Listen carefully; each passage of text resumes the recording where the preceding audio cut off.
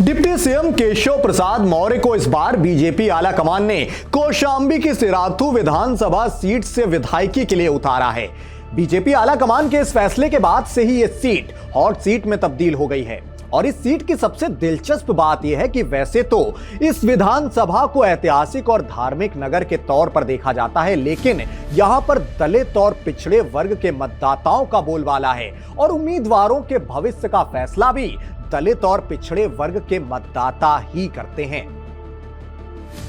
इस सीट के जातिगत समीकरण की अगर बात करें तो यहां के अनुसूचित जाति वर्ग के सर्वाधिक 45% मतदाता हैं। दूसरे नंबर पर पिछड़े वर्ग के 24% मतदाता हैं।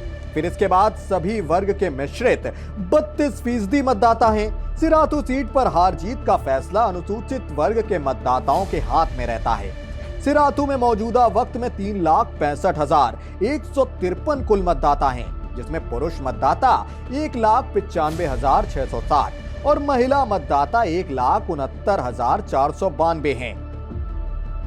सिराथू विधानसभा सीट पर साल 2012 में पहली बार डिप्टी सीएम केशव प्रसाद मौर्य ने कमल खिलाया था। इसके पहले इस सीट पर समाजवादी पार्टी और बहुजन समाज पार्टी, इन दो दलों का ही कब्जा रहता था। डिप्टी सीएम केशव प्रसाद मौर्य ने इस सीट पर पहली बार कमल खिलाया था। वहीं 2014 के उपचुनाव में यह सीट सपा के खाते में चली गई। 2017 में इस सीट से बीजेपी विधायक शीतला प्रसाद ने जीत दर्ज की थी। 2017 विधानसभा चुनाव में सिराथू विधानसभा सीट पर कुल 17 प्रत्याशी मैदान में थे, लेकिन मुकाबला समाजवादी पार्टी, बीजेपी और बहुजन समाज पार्टी के बीच रहा। इस सीट पर 2017 के चुनाव में बस भाजपा प्रत्याशी शीतला प्रसाद को सबसे ज्यादा 78,621 वोट मिले थे।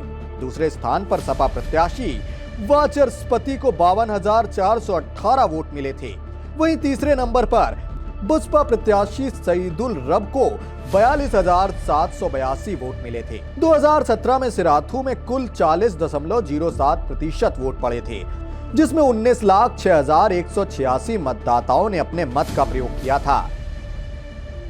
सिराथू विधानसभा सीट पर दलित वोटर ही निर्णायक साबित होता है, इसलिए बीजेपी ने दलित चेहरे केशव प्रसाद मौर्य पर दांव आजमाया है और अब माना जा रहा है कि केशव प्रसाद मौर्य यहां पर दोबारा उतरकर जीत की पक्की गारंटी बन सकते हैं।